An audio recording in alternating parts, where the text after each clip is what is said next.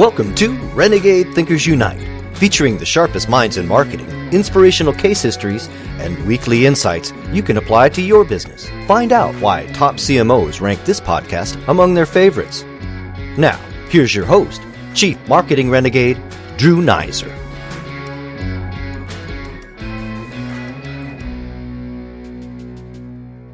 When I was 8 years old, on my way home from school, lost in my sort of usual Walter Mitty-esque daydream, I spied an orange-brown blur bouncing in the neighbor's yard. Not sure exactly what I'd seen, I moved closer and discovered a small puffy ball of calico fur, all alone, but seeming as happy as can be.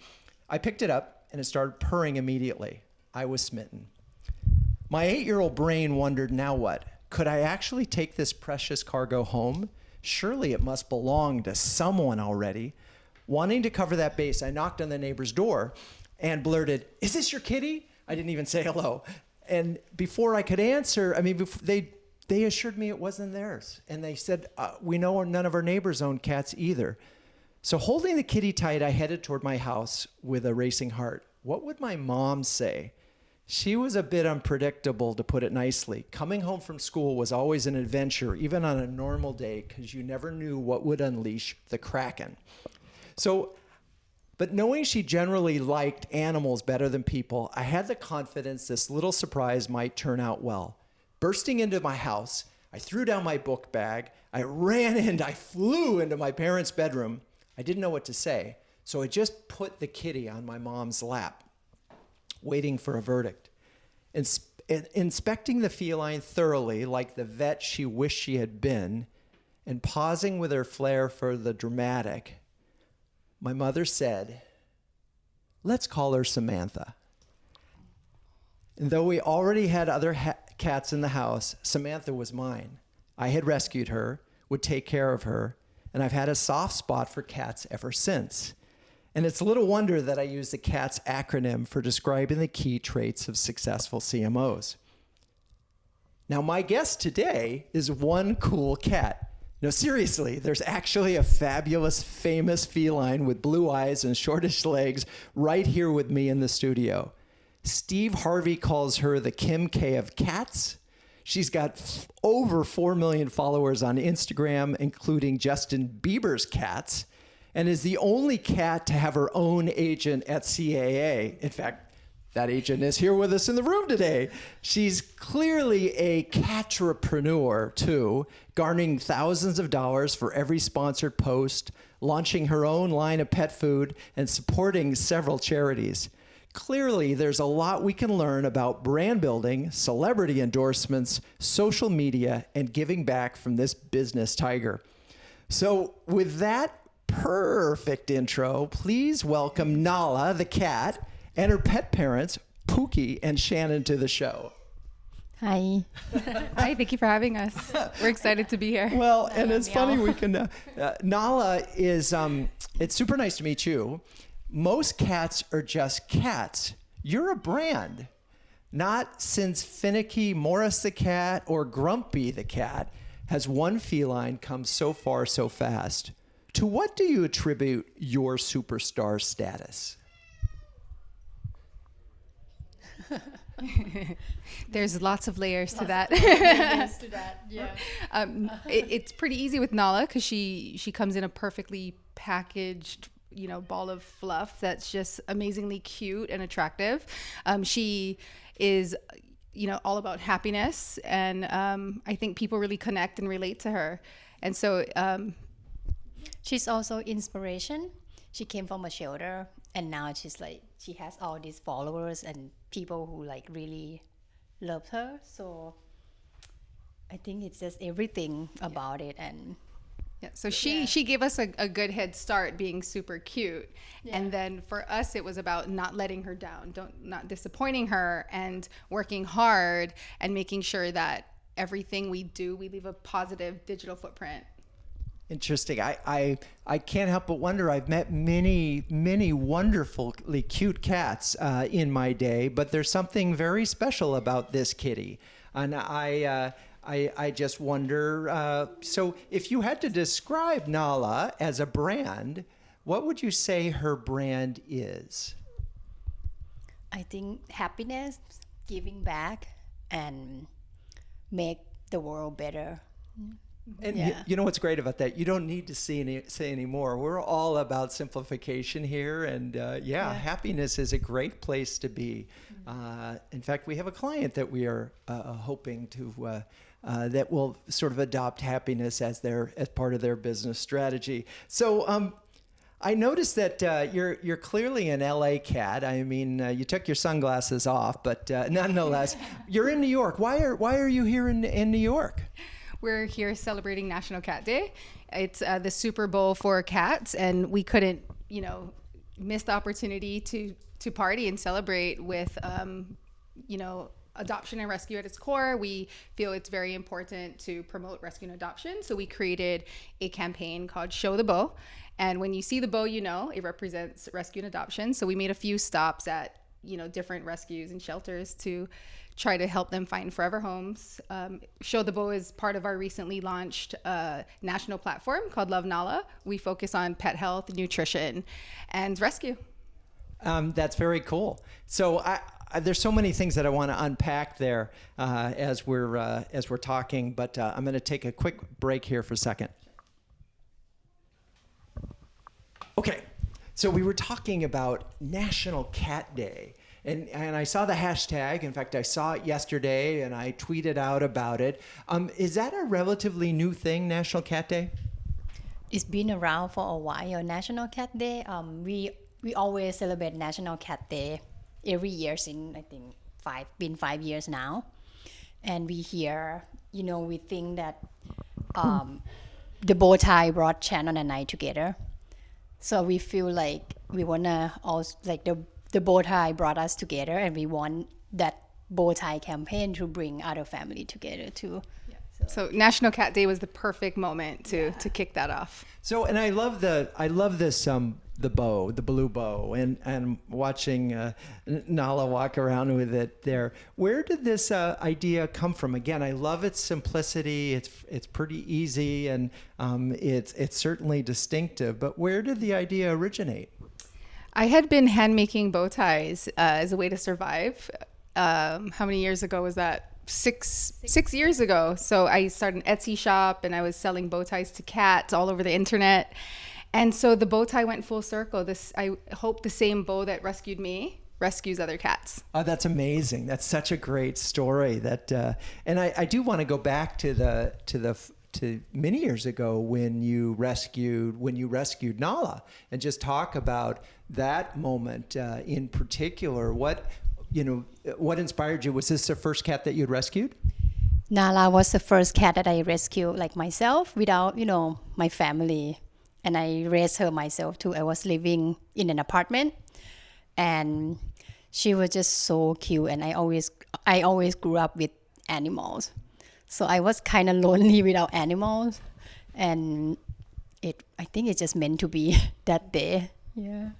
Okay, so we're jumping all over the place here, and I want to bring it back to, so we understand the Nala brand is happiness, and clearly she's an ambassador for that, and the bow brings a real sort of mission and movement to the brand. Then you've launched this cat food. Mm-hmm. Wow, talk about that for a second. Throughout the year, right, we work with a lot of brands, and we learn a lot from the pet food industry. And we see that we want to create something that, affordable and premium and good for everyone, and everyone can trust. So we've been working like a lot, putting everything into this brand, trying to create something that people can afford, and also with the give back component that is just really, really important for us, because Nala came from a shelter. So that's just, it's just really important. So it's a perfect place for us to take a break, and then we're going to come back and we're going to dive into that aspect of the business. Okay, stay with us. Did you know that Renegade Thinkers Unite was ranked number 2 of the top 10 podcasts for CMOs by Crackerjack Marketing? Wow, we're really honored. Now, we couldn't do that without amazing guests, and we've had some amazing CMOs on this show, and also terrific listeners like you all. If you like what we do here, please subscribe on your favorite podcast player. That way, you'll never miss an episode. Also, as a special thanks, I'd like to send you a free ebook on Renegade Thinkers. Now, for that, just email drew@renegade.com. Now let's get back to the show. Okay, we're back. You mentioned that you partnered with a lot of brands. In fact, I wanted to mention you partnered with Google, Lyft, Facebook, Instagram, TikTok, Stainmaster, Fresh Step, Sony, Universal, CBDMD, Bissell, and many more. I'm curious, have you ever turned down a brand? Has there ever been a brand that you said, nah, this isn't really right for Nala? Yes, yeah, we have. We turned down brands that we wouldn't use ourselves or we wouldn't gift to someone we love, and that's just our guidelines.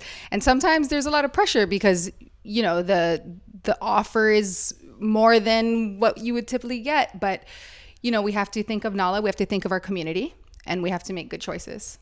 And I love hearing that. And I understand, I think I read that this was a couple years ago, that Nala gets some more than $15,000 per post. Is that still true?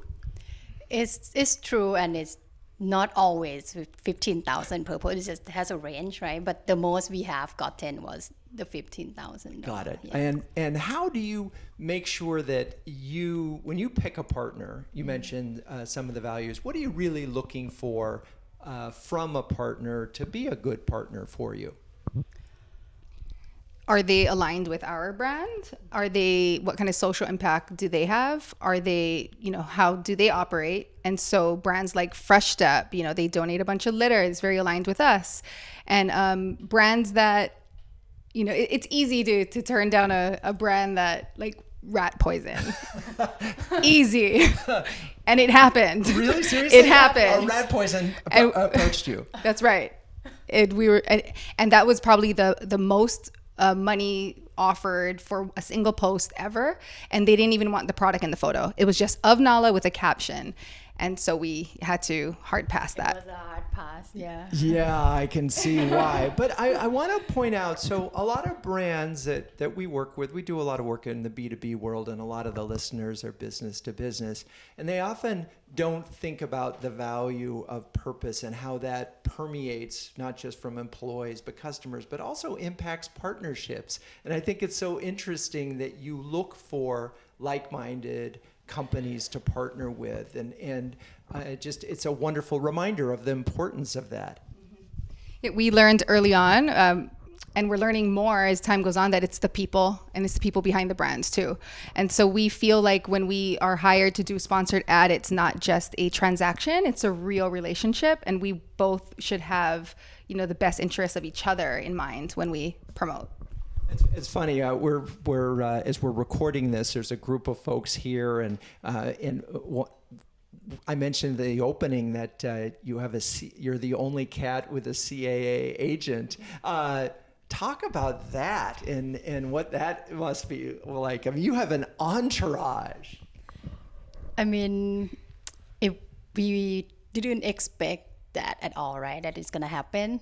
But then when they reached out to us, it was just like no brainer. It's like we talked to each other before, and we said that like if the only agent we will sign is someone that can, I don't know, like bring more value. Yeah. So we, we've been approached by other agencies, and we passed. And we said, we had an internal meeting with our team, Pookie and I. Yeah. We pretended to be a bigger team years ago. We always said Nala Cat team, but it was just us and Nala. And we said the only agency we'd ever sign would be CAA. And we got that email, and it went back to the people. It was referred by someone we met, from someone we met.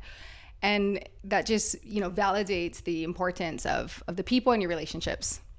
And okay, so Amazing. And yes, it does come. We do business with people that we share values with and that we like. I'm watching sort of Nala walk around the studio at this moment with her cute little blue bow and reminding that this comes back to her. How is the agent with Nala? I mean, does she know how to handle cats? She loves cats. So she adopt two black cats herself. And when we side with her, she actually foster two other cats after that. So, all right. So there you are. It's just putting the, so to speak, money where her mouth is and following through. That's awesome. All right. You mentioned earlier that Nala's Love Nala, the cat food, has a charitable component. Can you talk about that? Since we started, so the company just launched a month ago, we have donated over 5,000 meals to Kitten Rescue. Kitten Rescue is actually the first rescue partner that Nala partnered with 6 years ago, and they are in LA. So so for us it's just, Kitten Rescue is the first one we pick, and then from now on we're gonna we'll continue donating as we can. And, we're a startup, so we still have a lot of work to do. We have big goals and big dreams, and we feel like no cat should be hungry. No pet should be starving. And so, we're working hard towards that. That's our goal. That's our mission. That's the reason why we're doing all this. Yeah, that's what do you say? Yeah, that's why we're doing it. You agree. That's amazing timing, Nala. Right. Okay. So 5,000 meals in a very short period of time, that's promising. How is the business going? I mean, have you hit any unexpected challenges with rolling out a cat food? It's going really, really good. We have, I think it's a challenge across the board, having a cat owner switch their cat's diet and to trust the brand, but we have a head start because Nala's community automatically trusts her. But like any consumable, it takes a little bit more brand awareness and building, and so we're getting there, but we're happy. Well, that's great. We're going to take a litter break and get a little treat, and we'll be right back. You've been listening to another great interview on Renegade Thinkers Unite with Drew Neiser. But the value doesn't end there. As a listener, you can download a free ebook from Drew, Renegade Thinkers, interviews with 11 trailblazing CMOs any business can learn from. Top marketing thought leaders and proven executives from Time Warner, American Express, and Chico's, and others. Get your free copy at renegadethinkersunite.com/ebook. For listeners only at renegadethinkersunite.com/ebook. Okay, we're back, and we're going to scratch below the surface a little bit in the area of social media. Clearly, everything that you've been able to build is around your success, Nala's success in social media. 4 million fans on Instagram. I'm curious, was there, as you were building up that fan base, was there one moment that sort of accelerated it? Was there one post that sort of went viral?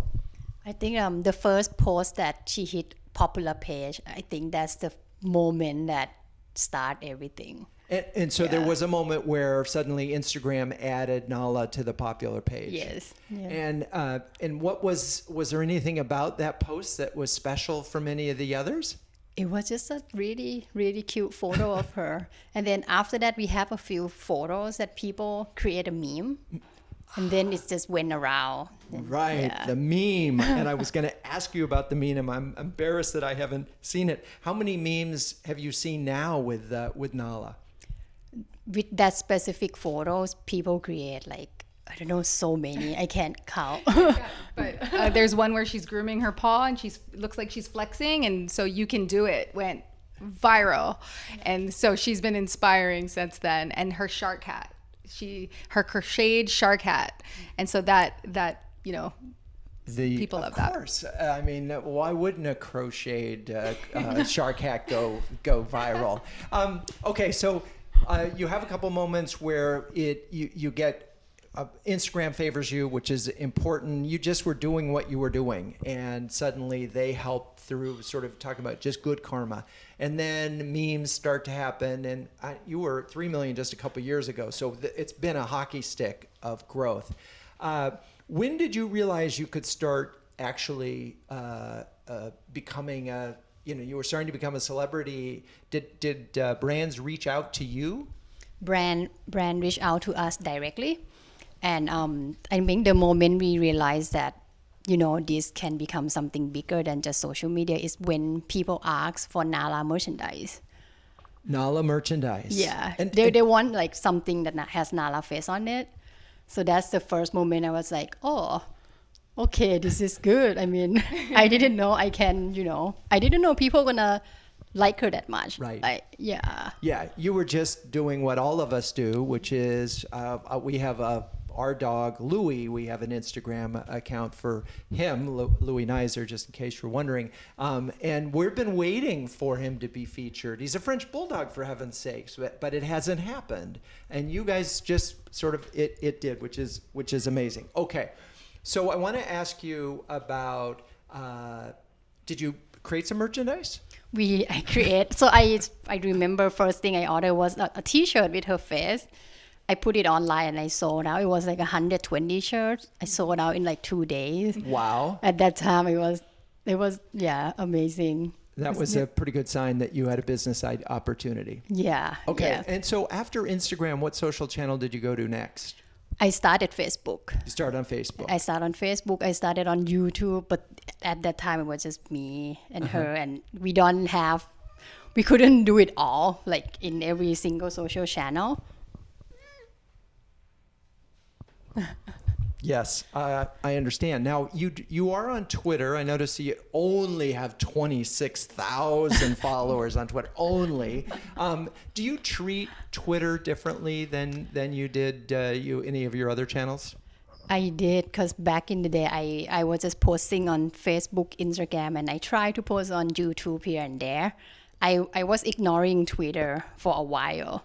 But now looking back, I feel like I should have been, doing every single thing at the same time. Well, it sounds like you didn't need to. And it's funny. It sounds like you were able to be pretty successful without it. Now, I did notice that you won TikToker of the Year this year, in fact. And I'm curious, how long have you been on TikTok?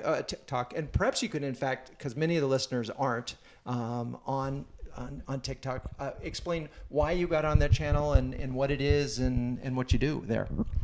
Initially, we were contacted by TikTok, a TikTok partner, and they said, Nala would be great on TikTok. And we were like, a little bit skeptical because of the audience was younger. But after researching and diving deep, we realized that we needed to be on TikTok.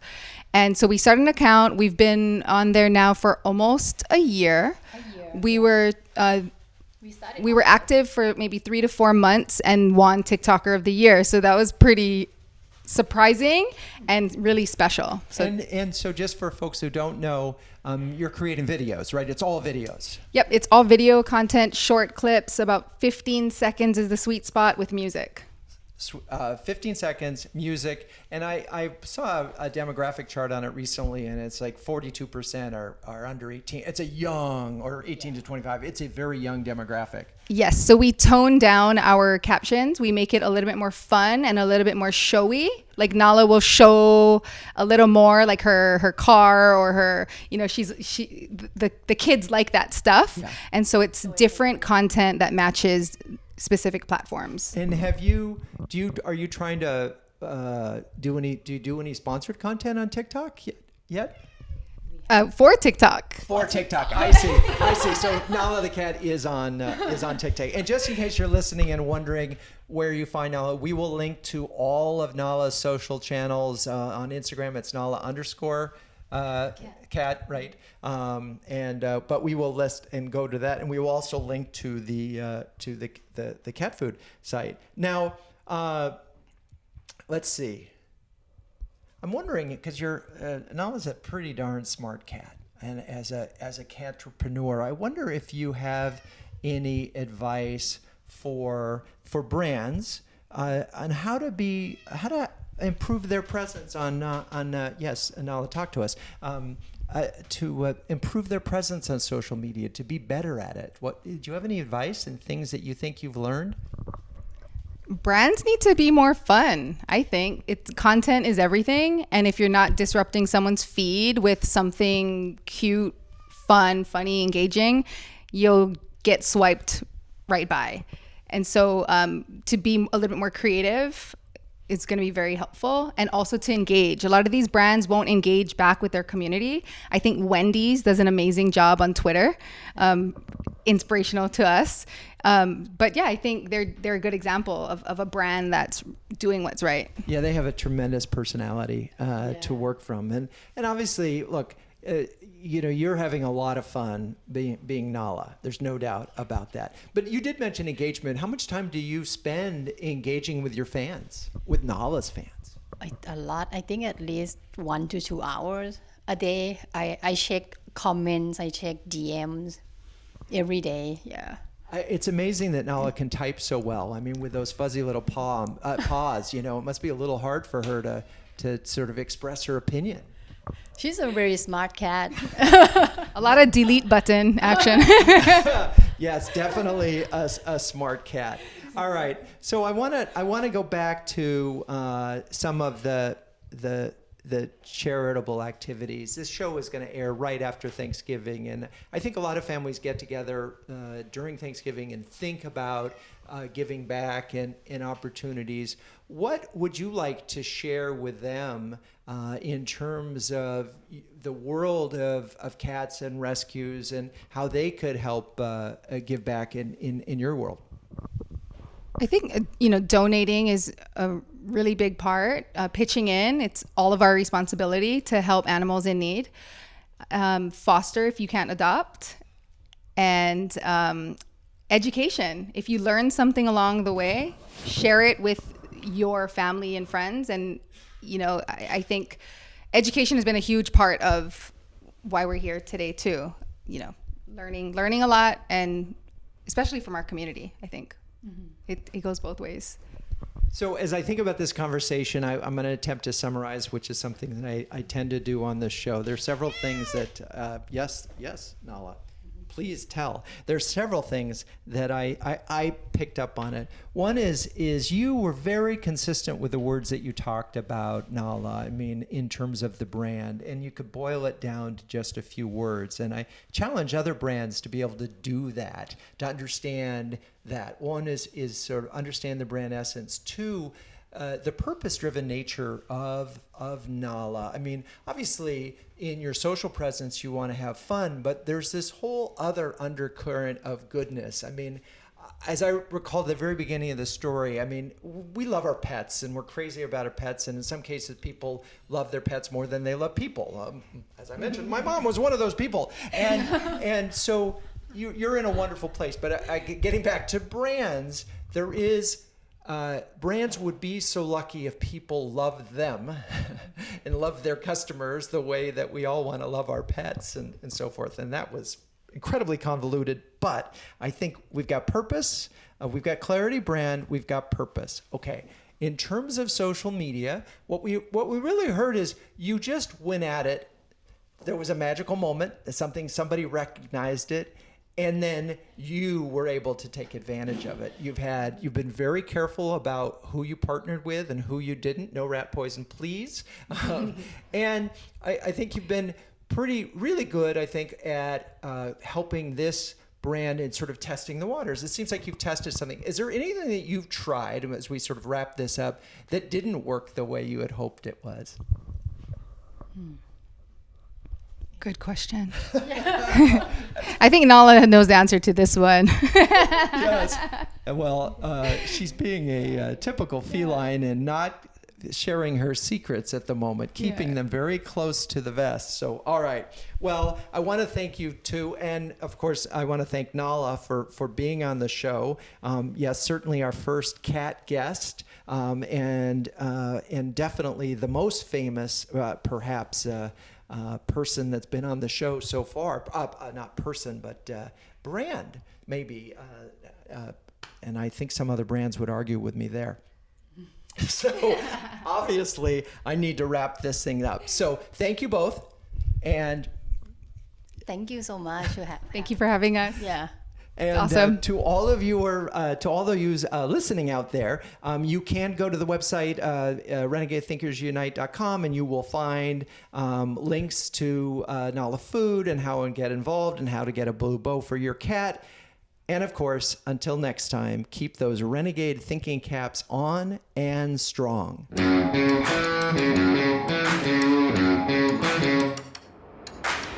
This has been Renegade Thinkers Unite, but it doesn't end there. Just go to renegadethinkersunite.com for more and subscribe to the show. That way, you'll never miss an episode. We'll talk with you next time on Renegade Thinkers Unite.